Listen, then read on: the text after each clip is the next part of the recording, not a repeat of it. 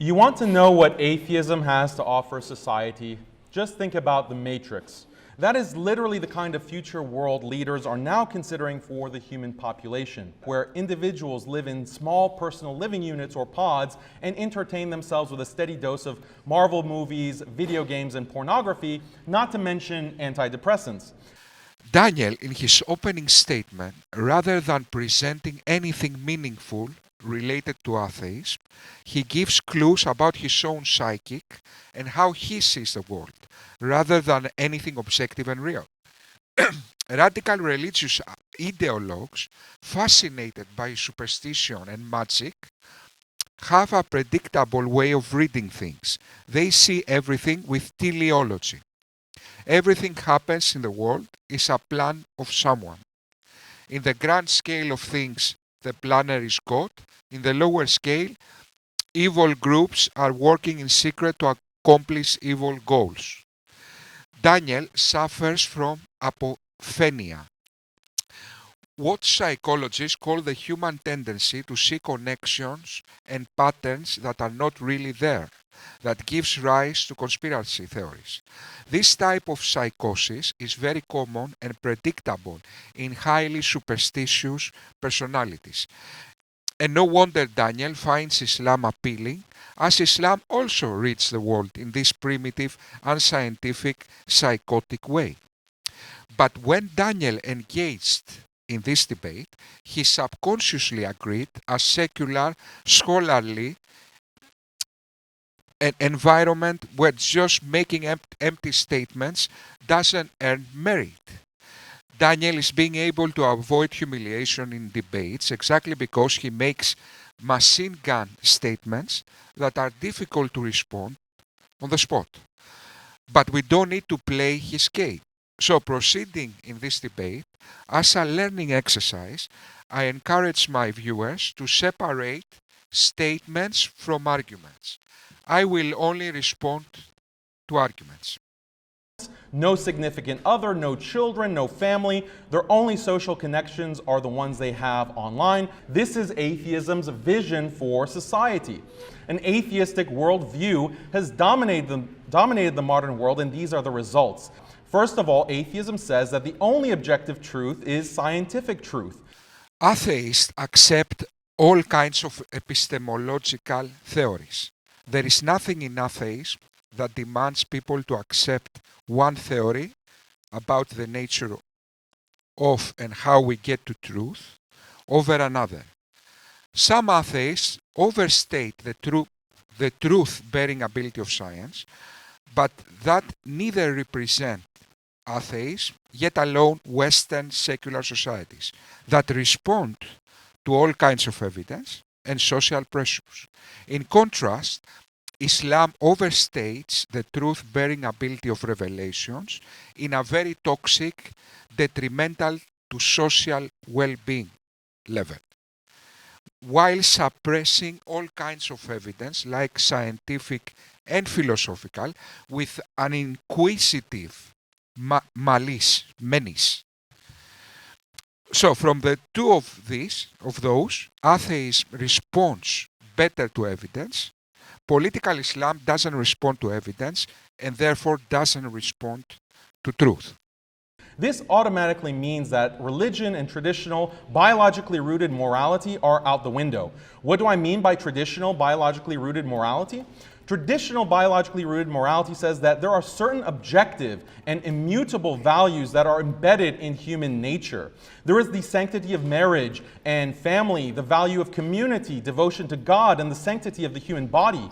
Atheism says that's all garbage. There's nothing sacred about marriage. If you want to fornicate every day of your life, go for it. If you want to be romantically involved with 5 people at a time, 10 people at a time, maybe throw some animals and some inanimate objects into the mix, no problem. Love is love. As long as you have 100% freedom to pleasure yourself, that's all that matters. And every taboo is just some nonsense religious zealots made up to keep you from having fun. Your argument has two underlying premises that are not substantiated. A.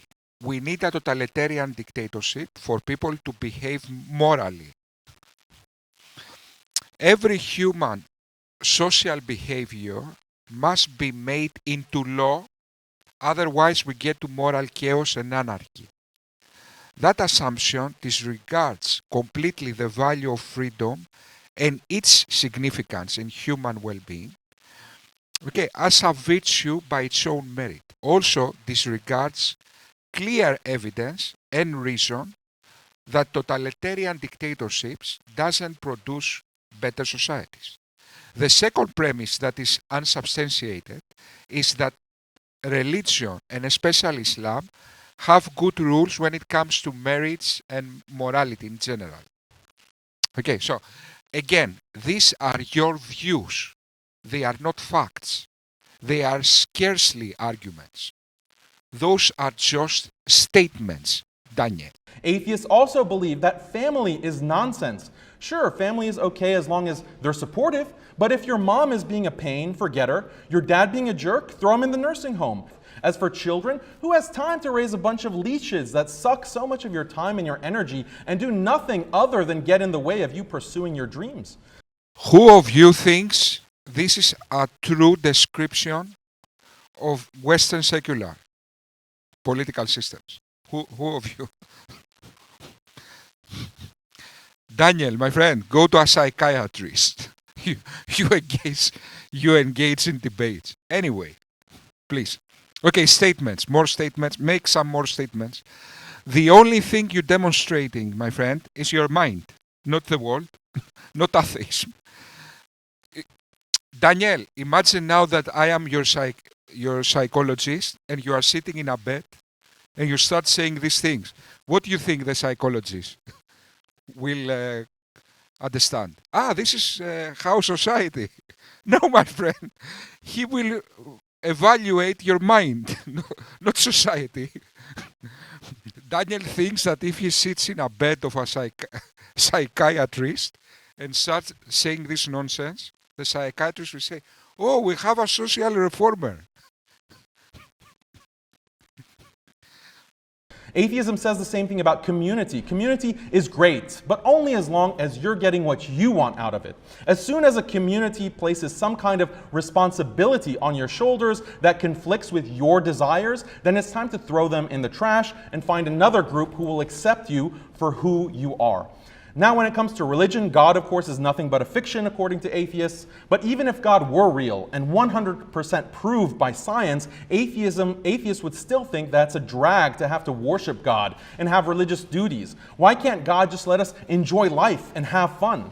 Finally, atheism attacks the sanctity of the human body. If you want to cover yourself in tattoos, why not? If it makes you happy to get piercings all over, why not? If you want to get surgery to change your gender, why not? If you want to cut off your limbs, get fin implants and live like a dolphin, why not? There are literally no limits.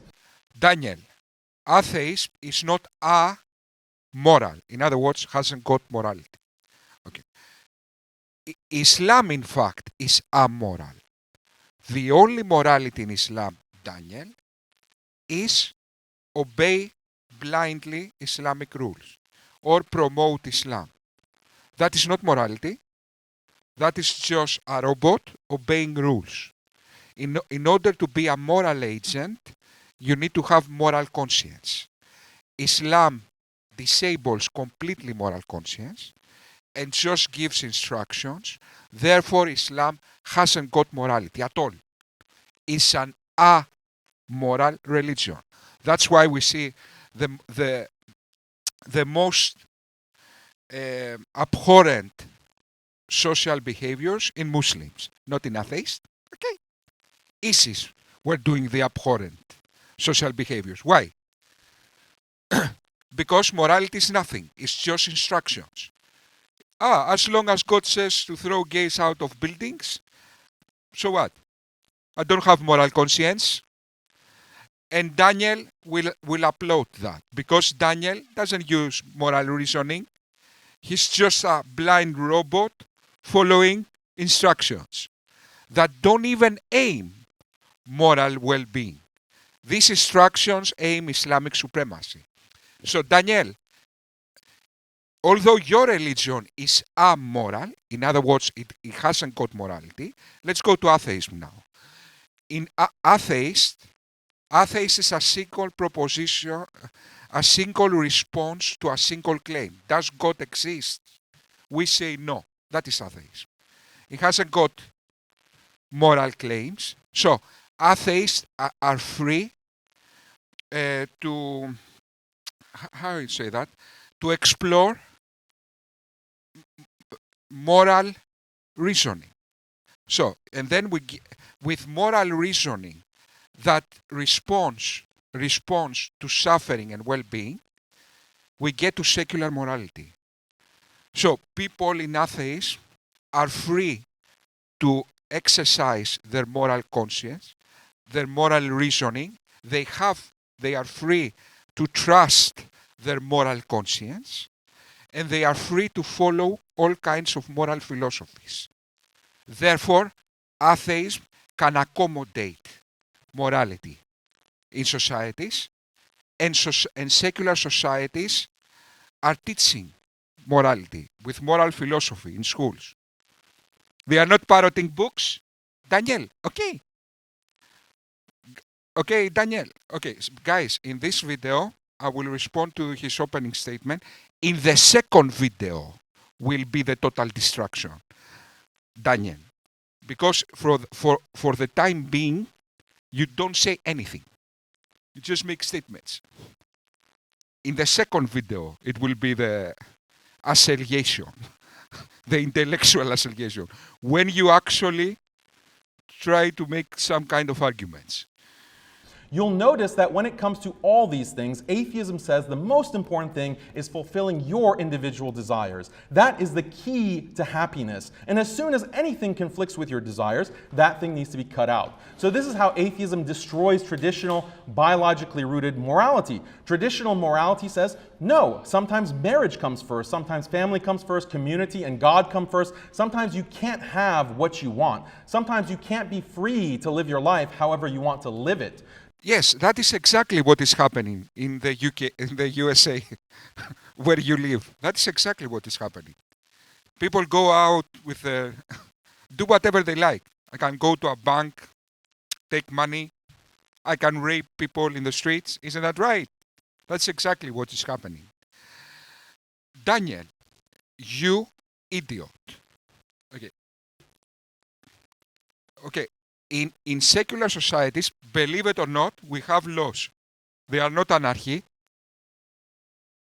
So let's put the things in the right dimension. Okay. Atheism, because it responds to moral reasoning, it values individuality. It doesn't say the individual is over everything. Also, it doesn't say that the ultimate virtue is freedom. That's a straw man again. Atheism just values the individual.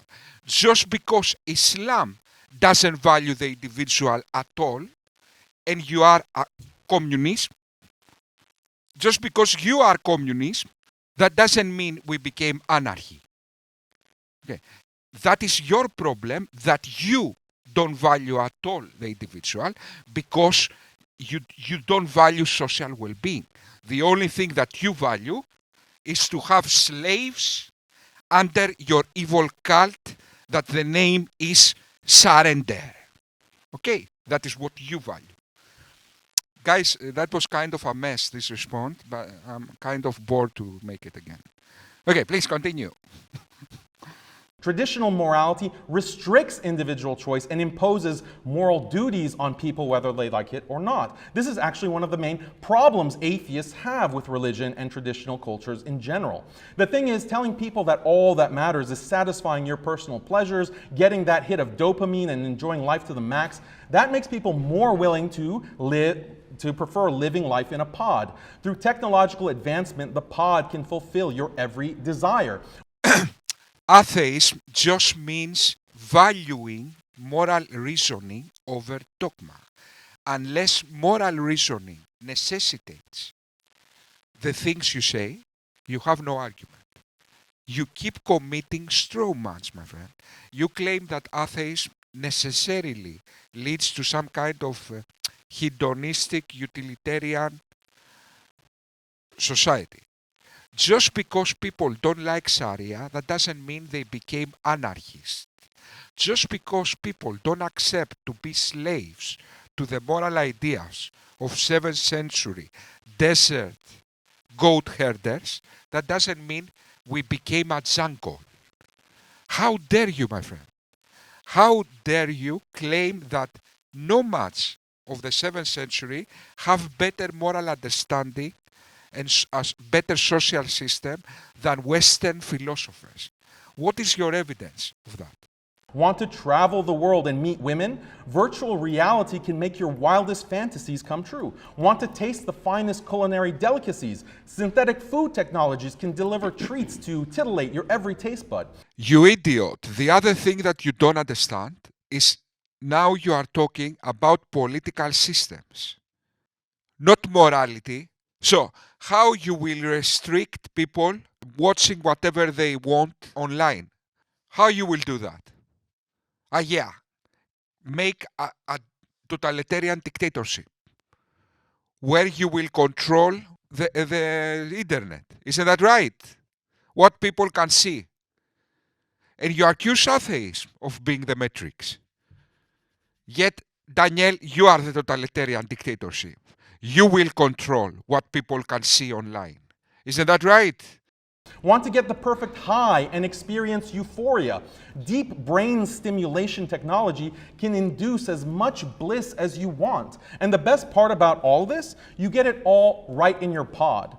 Atheism has conditioned people to crave this kind of future. This is because atheism destroys traditional morality and programs people to put their personal desires above all else. The political and The mere fact that in secular societies we have laws and a judicial system dismantles the idea that the West put the individual over the common good.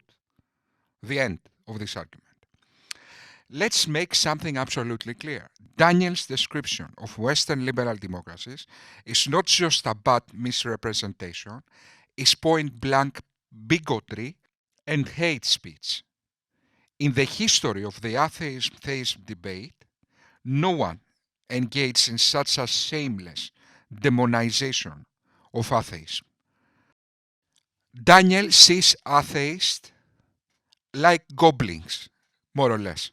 Okay, Daniel, the only thing you demonstrated in this debate is how radical and outrageous is your mind, Daniel.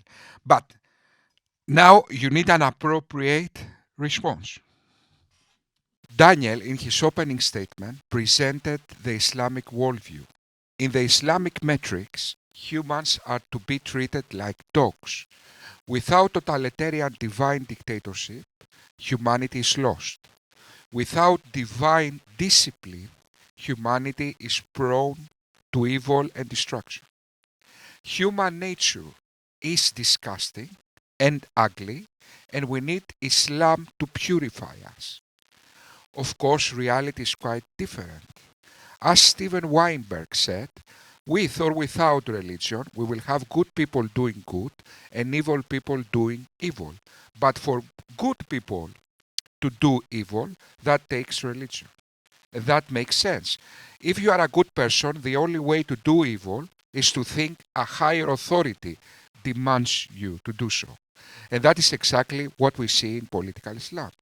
Good people constantly advocating and doing evil acts, following this evil dogma.